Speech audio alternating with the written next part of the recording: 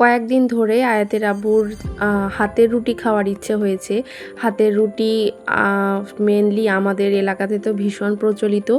আর যারা খাওনি তাদের জন্য বলছি, এটা চাল কলাই দিয়ে তৈরি হয়।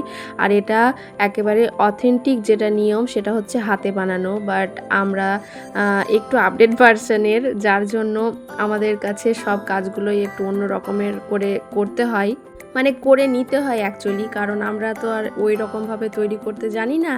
তো আমাদের ভার্সানে যারা আছো তাদের জন্য আমি এই নিয়মটা শেয়ার করলাম, মানে তোমরা দেখে এরমভাবে তৈরি করতে পারো।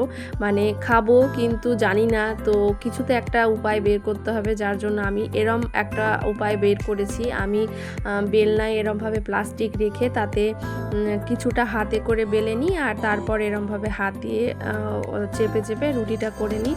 আর এরমভাবে হয়েও যায়। মানে মেনলি আমার কাছে হচ্ছে যে আমি কোনো রকমভাবে কাজটা উদ্ধার করতে পারলেই হলো।